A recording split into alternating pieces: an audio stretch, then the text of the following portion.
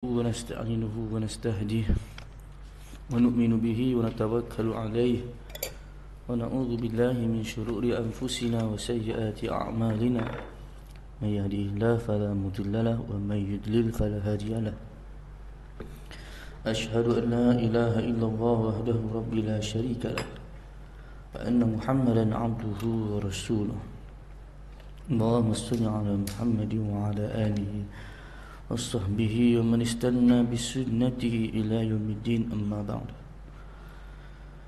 قال تعالى في كتابه الكريم بعد أعوذ بالله من الشيطان الرجيم يا أيها الذين آمنوا اتقوا الله وقولوا قولا سديدا يصلح لكم أعمالكم ويغفر لكم ذنوبكم ومن يطع الله ورسوله فقد فاز فوزا عظيما فإن أصدق الحديث كتاب الله وخير الهدي هدي محمد صلى الله عليه وسلم وشر الأمور محدثاتها وكل محدثة بدعة وكل بدعة ضلالة وكل ضلالة في النار. Hormati Tuhan Imam saya lah, khususnya bila Tuan kuasa muslimin muslimat kasih Allah, alhamdulillah, syukur kita dapat bertemu pada malam ini. Malam pula, saya ni dah jadi tak betul lah ni tuan, batuk. Tunggu kita pada pagi ini, insya-Allah kita terus sambung fiqh muamalat kita, remeh-temeh muamalat, di bawah tajuk, kita tengok ni kejap tuan, tajuk minggu lepas, bulan lepas.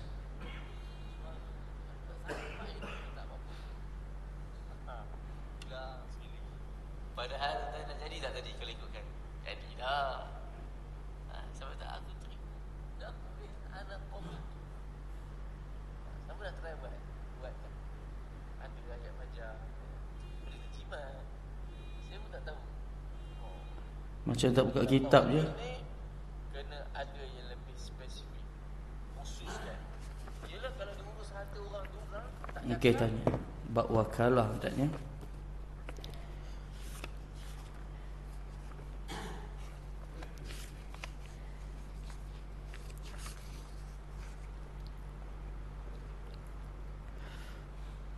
Last kita cerita bab jaminan kan tuan, betul tak? Jaminan tu maksudnya, ada tak saya cerita kat tuan-tuan pasal ada sahabat yang dia Nabi tak solatkan jenazah dia sebab tak settle hutang kan?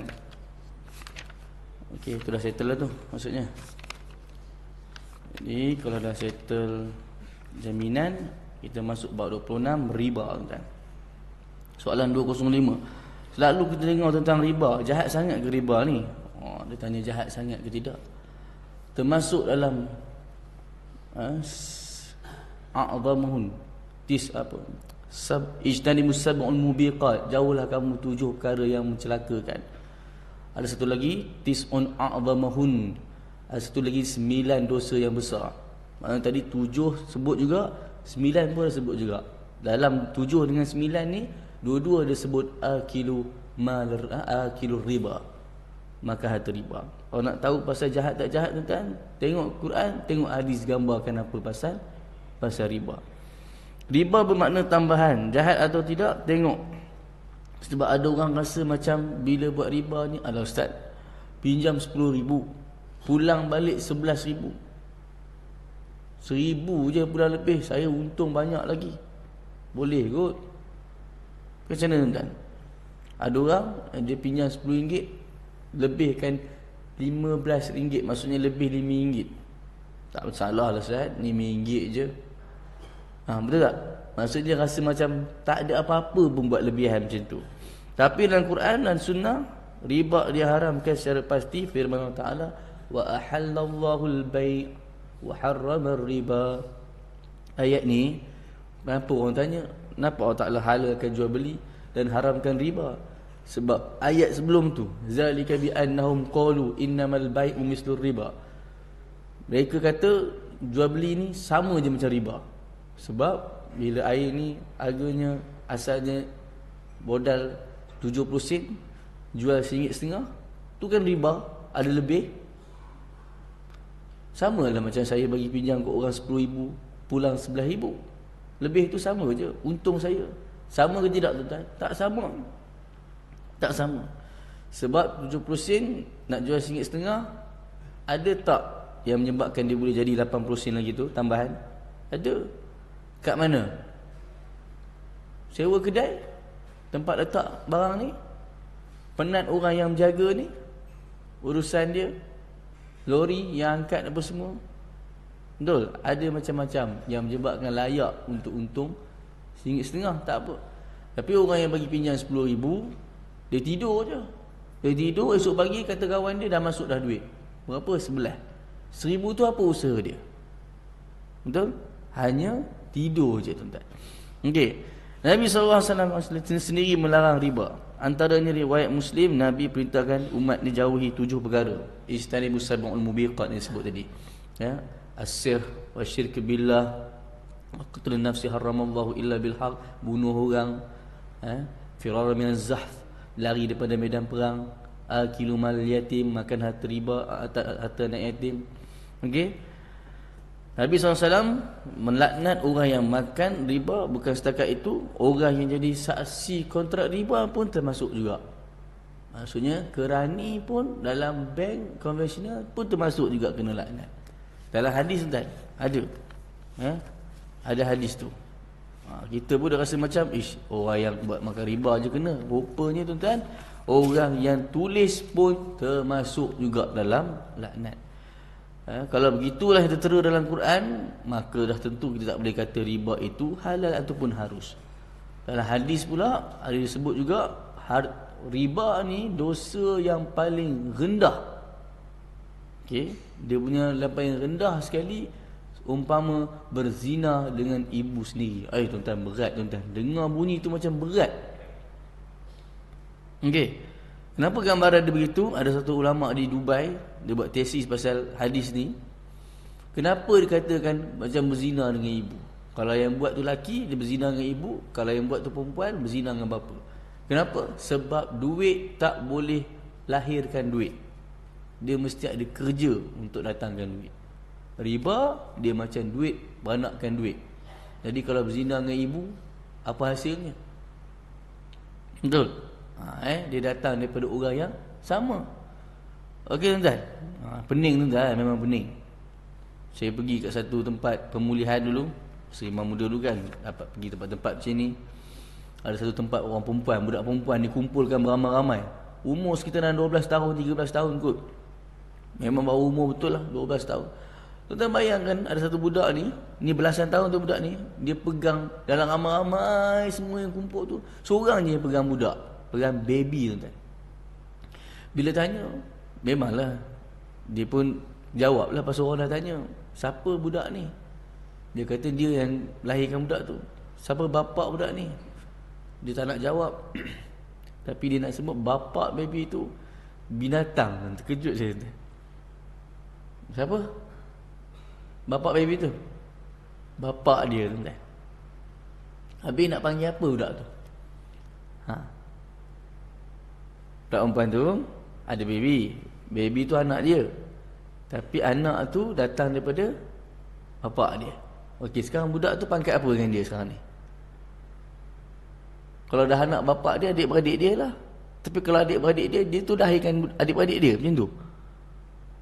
Tuan-tuan nampak tak tuan-tuan? Betapa rosaknya. Orang selalu sebut sumbang mahram, betul tak? Tapi betapa rosaknya family dengan sebab benda tu. Tak tahu nak bin macam mana, kan? Takkan nak bin pada bapak dia,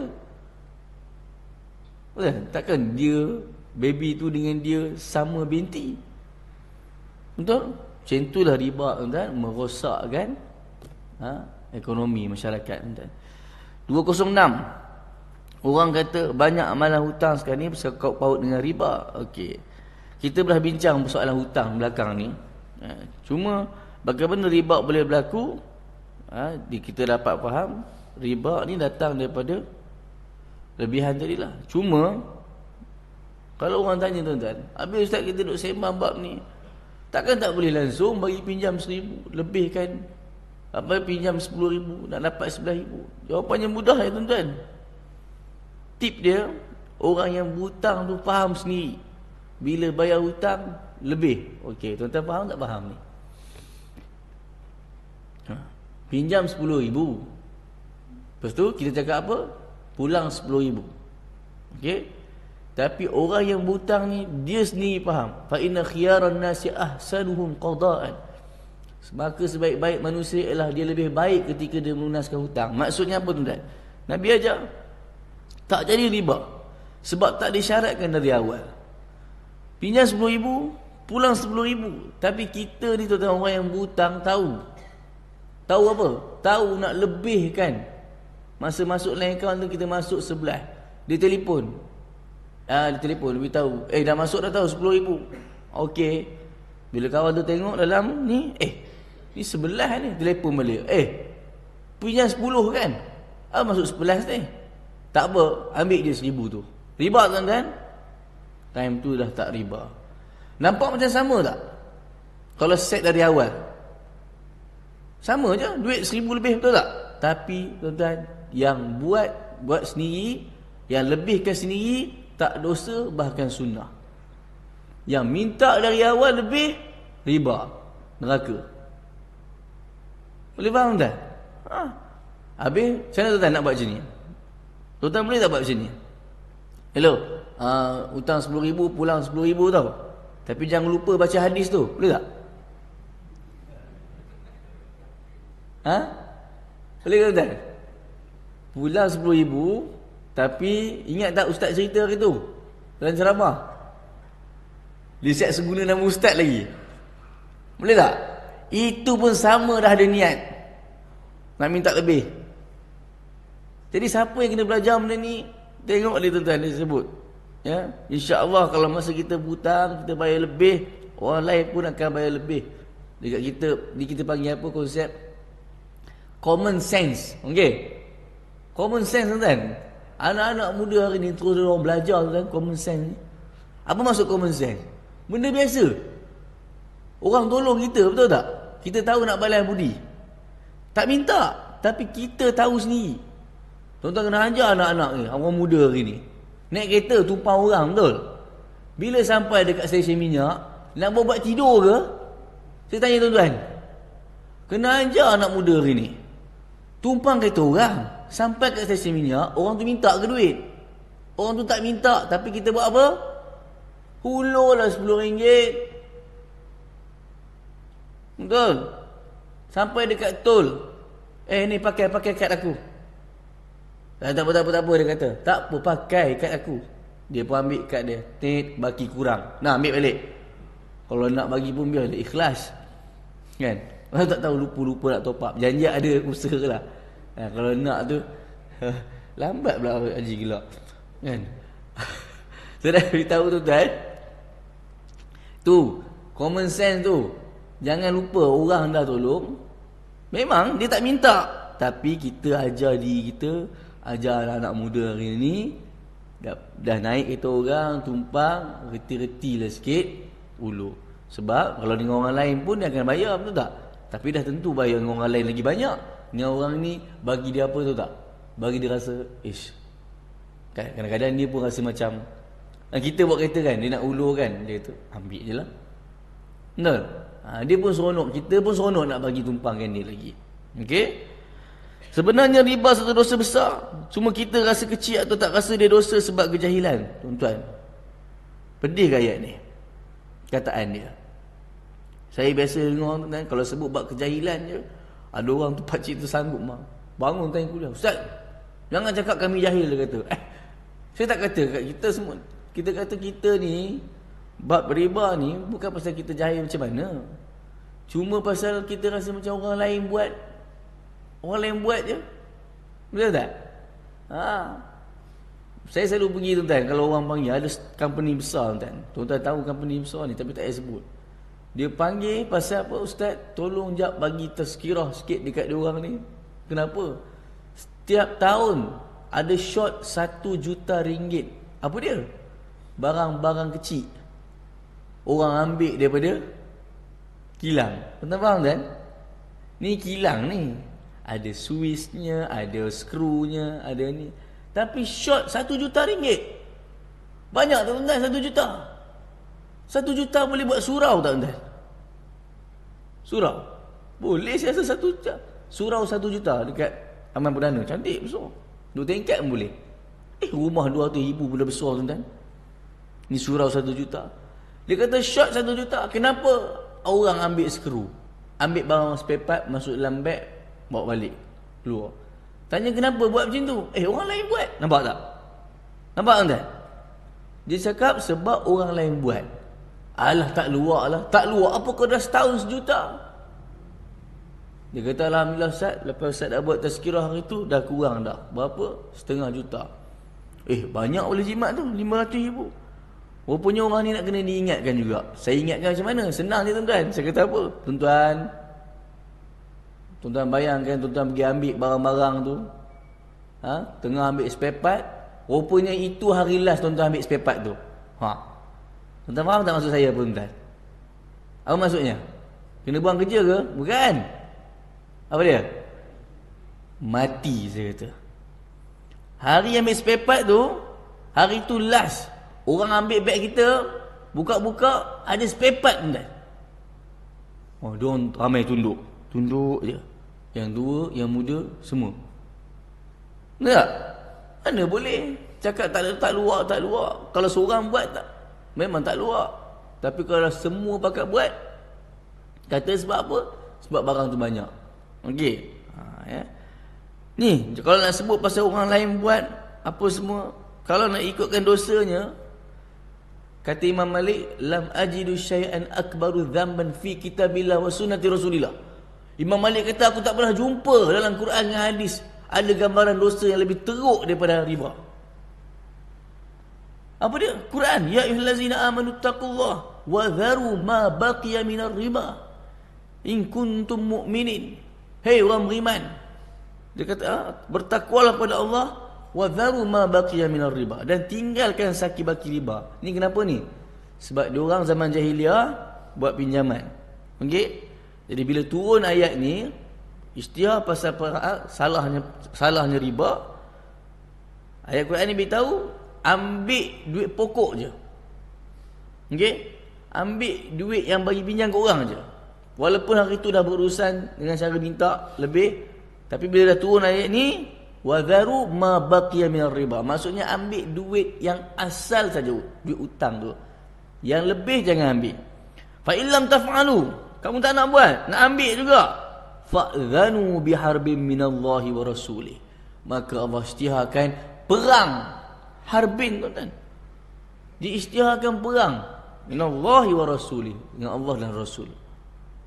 Kata Ibn Abbas tuan-tuan, ayat ni orang tanya macam mana perang tu. Ibn Abbas kata apa? Apa benda yang kamu buat riba dengan dia, esok hari akhirat itulah yang kamu guna untuk perang dengan Allah dan Rasul. Kita duk fikir benda motor. Beli motor secara riba, betul? Aeon. Ada terlibat tak? Motor tu lah kita guna perang dengan Ta'ala.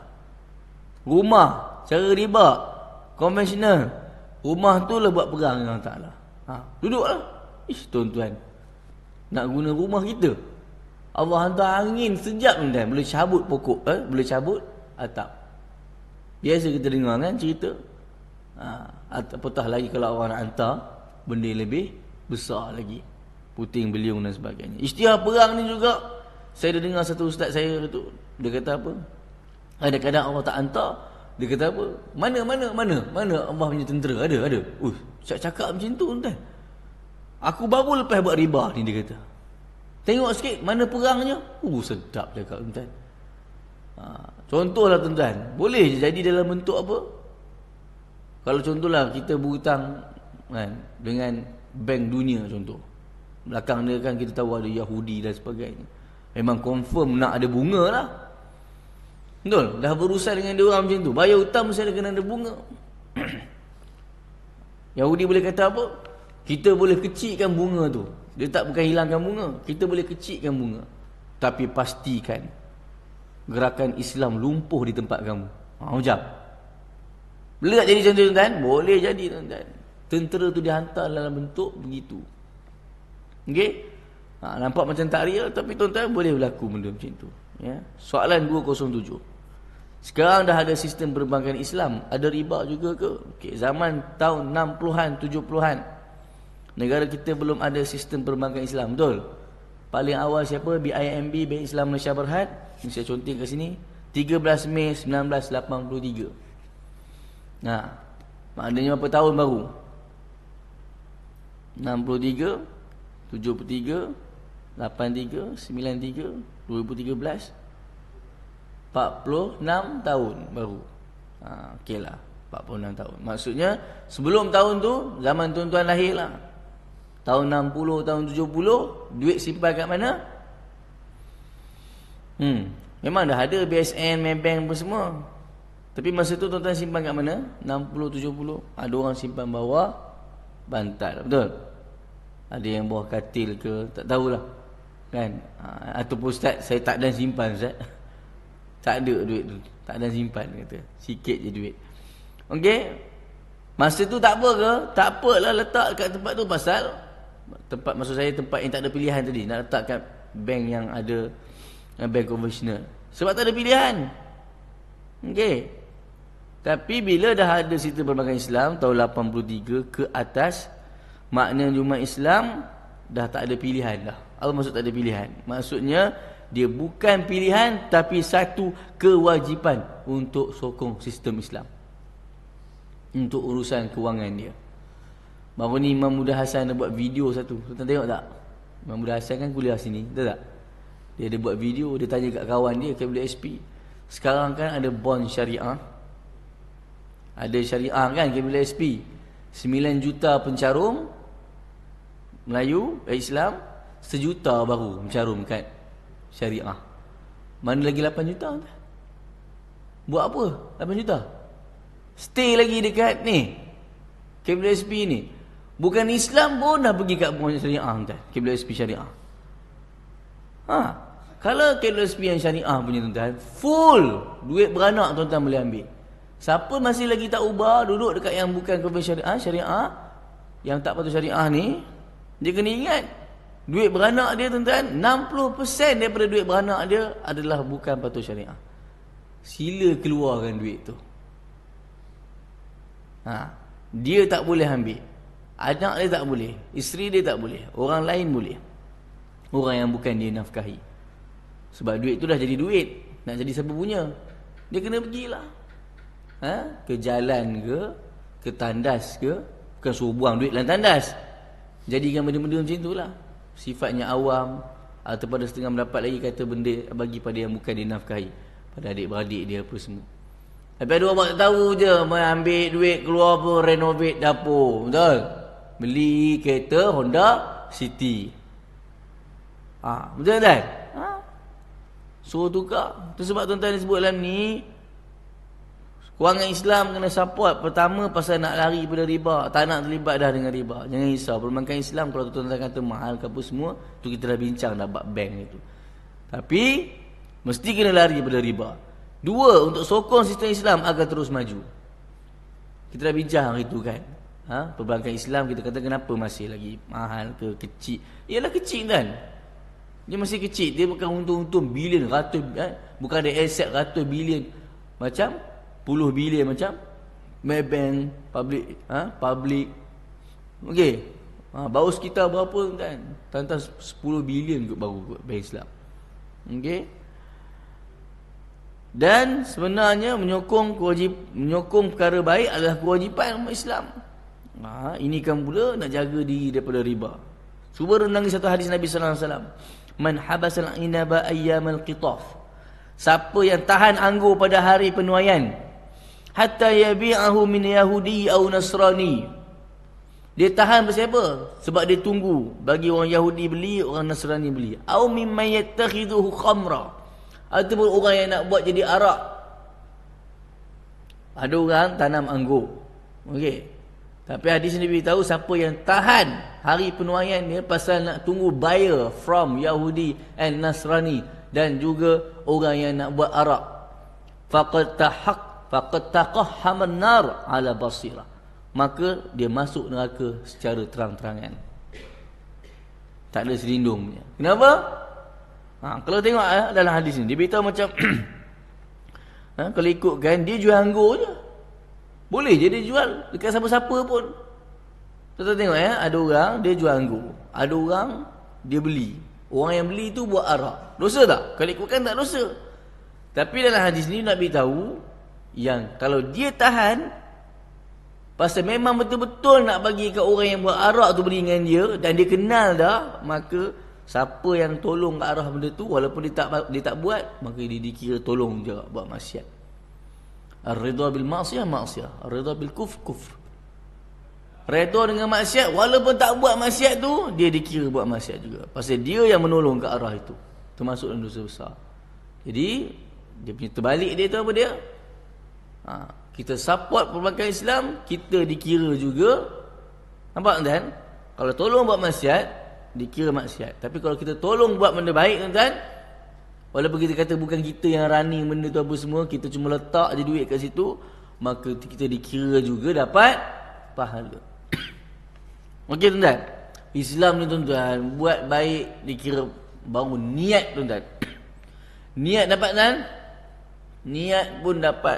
Malam tadi tidur, niat nak bangun tahajud. Tak bangun, terus subuh. Dapat tuan-tuan? Dapat. Dan hadiah tidur tu sebagai apa? Hadiah. Dia sebut dalam hadis tuan-tuan. Siapa malam tadi niat nak bangun tahajud, lepas tu dia tidur, lepas tu dia sudah bangun subuh, kan? Allah dia kata tak bangun juga.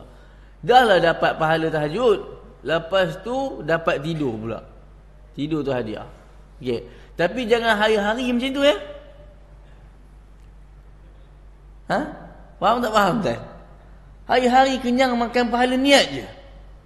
Bukan tak bangun, dah buka mata dah. Dia tengok kan, dia kelip. Pergi kencing. Lepas kencing, patutnya kenakan air semayang kat muka dia. Dia pergi sambung balik tidur. Ini saya tak tahulah tuan-tuan. Dapat ke tidak? Pasal dah bangun. Betul? Sengaja tak nak buat satu hal lah. Tak tahu tuan-tuan. Tapi bab kira pahala, dikira niat ni, dapat tuan-tuan. Pahala untuk niat. Okey, tapi niat jahat dapat tak? Tak kira. Tapi kena sambung sikit tuan-tuan.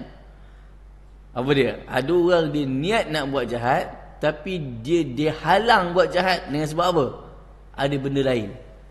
Contoh, dia nak curi buah. Dia nak curi apa-apa.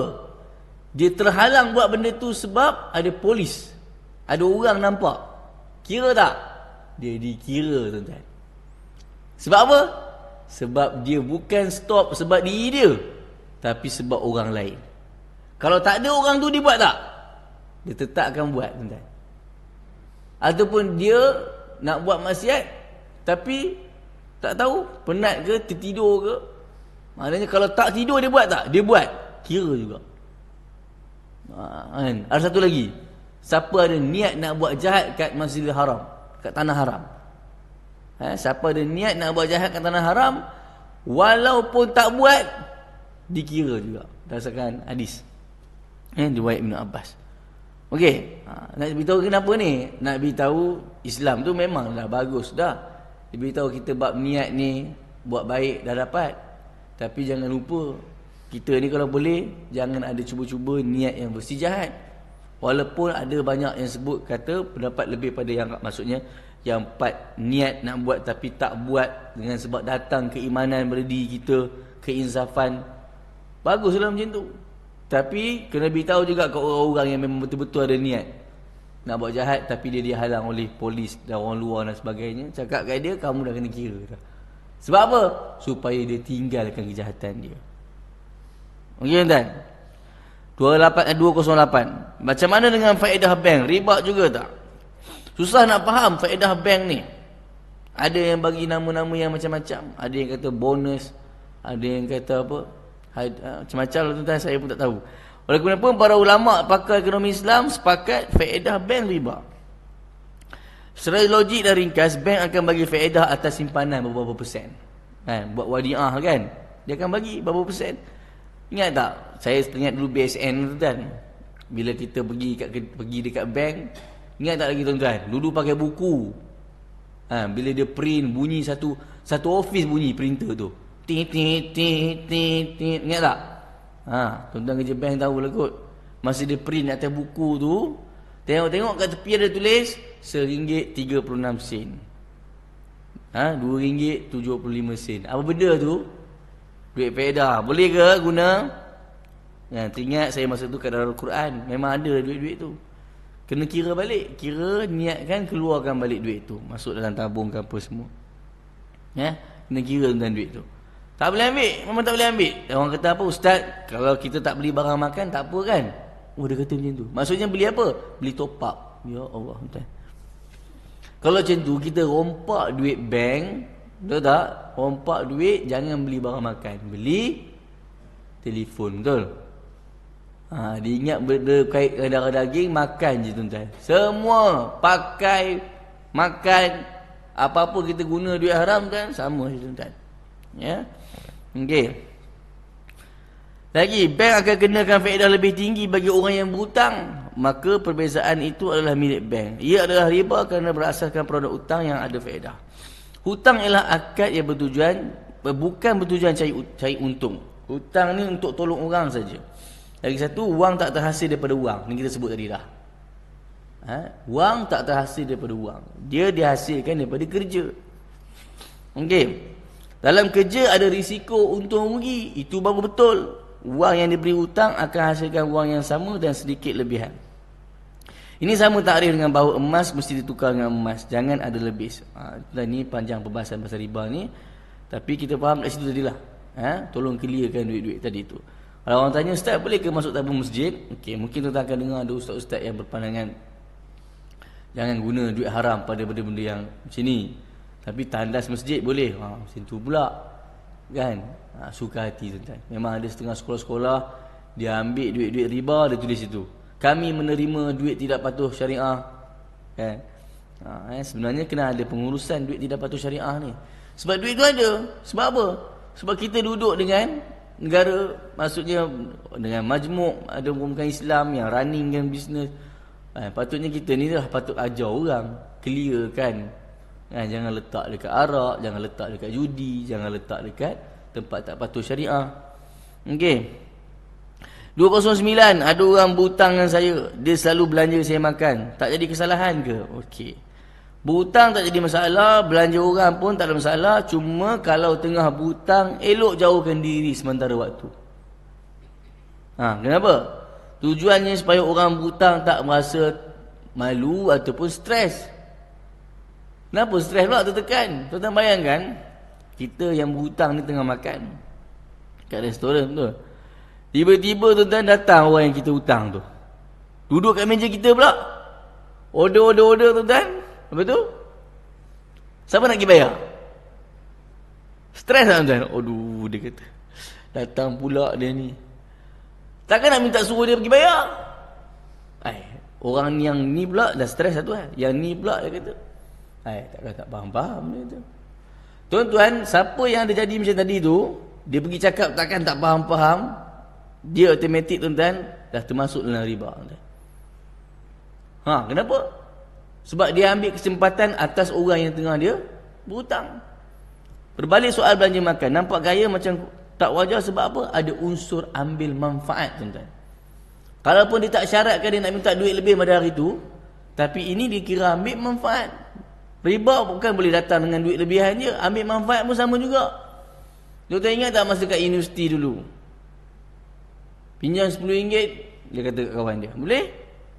Tapi kau nak minta lebih, tak ada. Itu riba dia kata. Kan? Pinjam 10 pulang 10. Tapi tolong buat tolong aku buat assignment, boleh? Nampak tuan-tuan? Dia buat syarat macam tu, pinjam 10 dengan tolong buat assignment, pulang RM10, tapi minta tolong buat assignment tuan-tuan. Maka dikira riba juga tuan-tuan. Berat tak berat kan? Berat lah. Sebab di kita tak boleh bagi orang tekanan. Patutnya dia kena pisahkan. Pinjam 10, bulan 10. Semua kalau dia cakap dengan cara lain, boleh tak kau tolong aku buat assignment? Kena pisahkan. Kalau orang tu kata tak boleh, tak ada masa, tak apalah. Tapi kalau orang tu dia nak tolong buat assignment tak apa. Tapi tuan-tuan, tu sebab kita sebut tadi. Ini main perasaan apa ni? Perasaan hati. Benda ni kait dengan perasaan hati tuan-tuan. Kita kata bab riba ni, Nabi sampai detail lah. Okey, man aqrada qardan musliman, ada satu hadis tu. Idza aqrada ahadukum qardan fa ahda ilai aw hamalahu ala dabbah fala yarkabha wa la yakbalhu. Siapa yang dia bagi hutang ke orang, orang hutang tu nak bagi hadiah kat dia ke ataupun nak bagi naik atas tunggangan dia, maka Nabi kata jangan naik, jangan terima. Sebab apa? Sebab takut benda tu ada terdetik sikit pasal ambil manfaat. Illa ayyakuna jara bainahu wa bainahu qabla zalim. Melainkan dia orang dah biasa macam tu. Contoh orang yang berhutang ni memang dah hari-hari naik kereta sama-sama pergi office. Tak apalah benda yang dah hari-hari. Okey. Ya. Kesnya pasal apa? Balas jasa. Namun biasanya ada terdetik di hati orang bagi hutang bahawa memang patut dia belanja sebab dia berhutang dengan aku. Nampaknya ada unsur ambil manfaat, maka seeloknya dihindar sebab takut dapat masuk dalam unsur riba. Apa satu hadis tentang ni ya? Jarran naf'an fa huwa riba. Simple je hadis tu. Kullu qardin jarra naf'an fa huwa riba. Mana-mana hutang yang ada ambil manfaat, maka dia dikira riba. Soalan 210. Sebagai pelajar, saya memang sentiasa pinjam buku. Kalau lambat pulang, kena denda. Saya rasa denda tu haram sebab dia adalah riba. Betul tak tanggapan saya? Tolong Ustaz terangkan sikit. Okey. Ni saya jumpa dua pendapat dah untuk buku ni, untuk bab ni. Ada yang ambil pendapat pinjam ni termasuk bawah isti'arah. Isti'arah ni ialah tajuk pinjam. Pinjam ni tuan-tuan tahu kan? Kita dah bincang itu bab pinjam. Macam mana ambil, macam tu pulang. Okey. Ustaz ni sebut apa? Tak pernah jumpa setakat ni ada hukum dalam pinjaman buku dan dendanya sebagai riba. Ustaz ni sebut macam ni. Ustaz Nizam ni. Tapi nampak macam riba sebab aktiviti pinjam, sebab kalau lambat kena denda. Jumlahnya 10 sen sehari. 20 sen sehari. Ingat lagi tuan-tuan? Pulang buku lambat. Ustaz ni sebut tidak membebankan pada peminjam. Okey. Tapi kalau Ustaz Zaharuddin, dia ambil ini orang belajar jadi riba. Maksudnya apa? Kalau boleh elakkan denda orang dengan duit. Sebab bila denda dengan duit ni dia jadi macam itulah.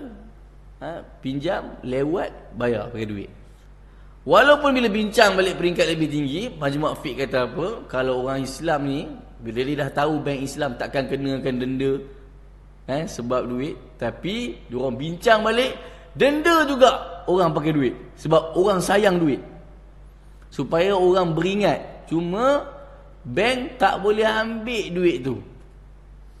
Dia ambil kos asal satu. Kedua, duit yang tadi beranak tu, dia fluctuate, duit terapung ni, charity je boleh pakai. Dia kena pergi ke charity, kena pergi ke badan amal. Okey, dipanggil apa ni? Iltizam bitabarruk, maksudnya paksa orang sedekah.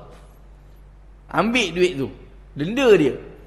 Denda yang tak boleh diambil. Wah, faham tidak tuan-tuan ni? Faham tu. Macam denda ni, dia nak ajar orang supaya janganlah lambat pulang buku. Tapi Ustaz Zaharuddin kata apa? Boleh buat cara lain, iaitu denda dia tak boleh pinjam buku sebulan. Boleh tak? Boleh. Kan? Macam PTPTN. Ingatkan Mansuh hari tu. Okey. Denda dia ialah tak boleh pergi luar negara. Blacklist. Pergi umrah pun tak boleh. Macam mana tuan-tuan? Siang kawan saya, dia nak pergi berjalan dengan orang rumah dia. Pergi mana? Pergi Indonesia. Pergi dekat immigration, tak lepas tuan-tuan. Rupanya blacklist pasport dia, tak bayar PTPTN. Orang rumah dia lepas dah. Sedih tuan. Sedih. Nak tunggu suami dia burn tiket, dia burn tiket juga. Lepas tu buat macam mana ni? Cakap tu terang kat tu, kapal terbang nak tukar sikit time, kena tambah lah. Bukan tambah je, dia kena bayar sikit. Berapa persen dah dia tak tahu.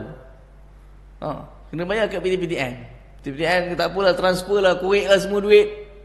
3,000 bagi PTPTN. Pasal apa? Nak pergi berjalan. Lepas tu bila tanya PTPTN telefon, banyak kan kami tu diorang telefon. Kenapa ni? Tak bayar ni. Kenapa tak bayar? Dia kata hari tu ada orang janji kalau menang tak payah bayar. Itu dia tak bayar tu. Rupanya kena bayar juga. Tak faham tak faham ni? Faham lah tu. Okey Dia cakap macam tu. Orang PTPTN kata apa? Ramai yang tak bayar sebab ingatkan tak payah bayar nanti. Tapi tuan-tuan, itulah hutang kena bayar lah. Okey. Macam ni tu satu-satu. Beasiswa terhad kalau nak mengaji kena ada PTPTN. Tapi ada interest pula. Tak terlibat dengan riba ke? Okey, pendidikan keperluan. Kalau ada duit sendiri tak apalah. Kalau boleh berhutang dengan Fama ni apa? Fama. Betul ingat tu apa? Pertanian, bukan? Father and mother kan? Fama. Tak apalah. Kalau tak ada kemampuan kena berhutang. Jadi pergi kat PTPTN, interest berapa? 4%. Tapi dengar cerita hari tu dah tukar jadi ujrah 2%. Dia anggap sebagai upah perkhidmatan. Apa pun Patua dah bincang lah benda ni. Maksudnya ujrah lah itu kan 2%. Ya. Boleh lah PTPTN ni. Setakat ni lah maksudnya Patua pun kata boleh. Cuma kena berusaha lah patutnya.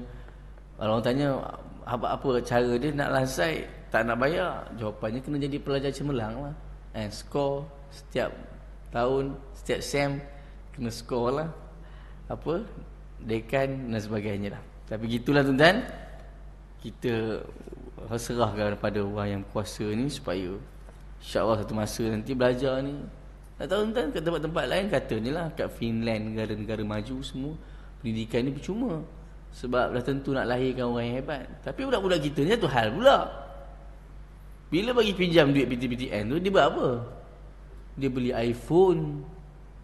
Tuan-tuan bayangkan handphone Huawei yang berapa ribu tu, kan dia boleh tangkap, dia tangkap gambar dia makan Maggi kan, tangkap gambar makan Maggi guna handphone canggih tadi, captured by Huawei P10. Orang ni dia sakit hati, tangkap gambar makan Maggi guna handphone mahal. Dia tunjuklah yang dia susah makan Maggi je kat universiti, tapi tangkap gambar guna Huawei. Orang jadi tension. Orang marah lah. Kamu ni guna duit. Ustaz, Huawei tu saya beli sekali je. Lepas tu tak ada duit dah.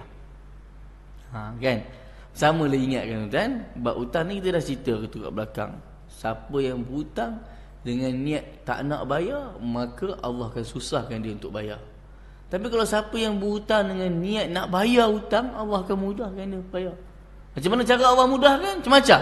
Senang dapat kerja, senang dapat bonus apa semua. Maka time tu kalau dah minta dengan Allah Ta'ala, bayarlah. Okay kan? Ni kena pesan kat siapa? Dekat anak-anak. Pasal dah berhutang, pergi bayar tuan. Jangan mati. Yang kita tengok orang mati macam mana setiap kali umumkan, Assalamualaikum, siapa yang si arwah ada berhutang. Mahasiswa kalau mati tuan-tuan tahu kan? Mahasiswa, bekas mahasiswa ke, orang baru meninggal apa semua, dia check, bekas student ya, yang akan cari duit pampasan siapa dulu? PTPTN. Dia orang terus access, tengok kat dalam paper, mahasiswa dilanggar lori, masuk bawah lori naik motor, terus dia orang check nama tu dalam sistem takaful. Ada tak dia orang punya apa, pampasan apa semua. Dia orang PTPTN akan sedut dulu duit tu. Betul juga tuan-tuan. Kalau saya fikir bukan pasal sibuk nak ambil duit dia, tapi pasal si mati berhutang, kena settlekan hutang dulu.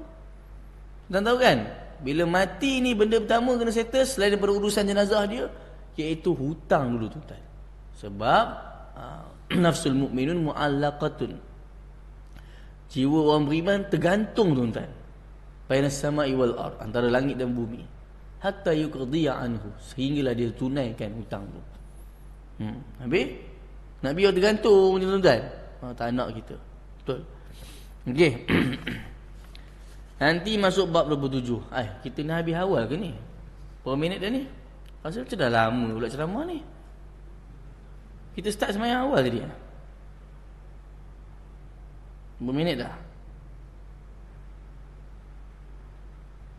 45 dia kot. 50 minit dia kan tuan. Ada dah ni. Nanti kita akan sambung bab 27. Elok cantik tu. Pelaburan dan amanah saham. Bab 27 ni menarik sikit. Sebab apa? Kita akan bincang pasal ASB tuan. Walaupun tuan dah baca dah, tapi saya korek semua tuan. Yang pendapat kata harus, yang pendapat kata haram. Tahu kan tuan? ASB kalau Selangor haram. Perak harus. Diorang kata kenapa Perak harus? Diorang kata pasal Mufti Harus Sani. Tuan-tuan jangan cakap macam tu tuan-tuan. Betul, diorang cakap macam tu. Sebab dulu Tan Sri Harus Sani duduk dalam Maybank. Betul tak? Dia syariah Maybank. Jadi pasal Maybank adalah antara yang share besar dalam ASB. Jadi takkan dia nak haramkan benda yang dia duduk dalam majlis tu. Okey. Betul tuan-tuan. Itu sebab Perak harus. Wilayah harus. Pening haram. Kelantan haram. Terengganu haram. Kenapa tak sama tuan-tuan? Ada sebab tuan. Pendapat dia tu. Kan? Kalau Profesor Emeritus Dr. Mahmud Zuhdi. Kenal kan? Pak Mud orang panggil kan. Saya satu grup dengan dia, satu grup dakwah tu. Majlis Dewan Negara, dakwah negara. Dia antara yang harus kan. Kenapa? Tahan harus dia. Sebab tengok dia punya cerita dia. Kan? Nantilah kita cerita bulan depan. Nak ajak tuan-tuan datang lagi bulan depan insya-Allah bulan 11. Sebab menarik tuan, bab pelaburan amanah saham ni dia ada bahasan dia yang patutnya kita semua kena tengok. Ni kenapa, ni kenapa. Walaupun tuan-tuan kata, Ustaz, Selangor bukan dah harus ke? Oi. Siapa kata? Sebab hari tu bila PNB datang, tentang paperwork semua, kita akan menuju ke arah harus nanti. Apa kata Mufti? Apa kata Timbalan Mufti semua? Dia kata untuk on the way pergi, kita kekal haram lagi. Esok dah sampai destinasi, baru kita kata harus. Sebab apa? Takut nanti tak sampai lagi, dah kata harus, lepas tu pergi kona pula, tak sampai kat tempatnya. Okey. Yang ada akses pun ni, apa Suruhanjaya Security pun semua, dia orang tahulah. Dia orang kena berusaha untuk kurangkan. Kurang. Nanti kita akan bahas benda tu insya-Allah. Bab 27. Bismillahirrahmanirrahim. Allahumma faqihna fid din wa 'allimna at-ta'wil ihdinas siratal mustaqim. Wa a'inna 'ala zikrika wa syukrika wa husni ibadatik. Wassalamu ala Muhammadin wa ala alihi washabbihi wa barik wasallim. Alhamdulillahirabbil alamin. Tasbih kafarah. Subhanakallahumma bihamdika asyhadu an la ilaha illa anta astaghfiruka wa atubu ilaik.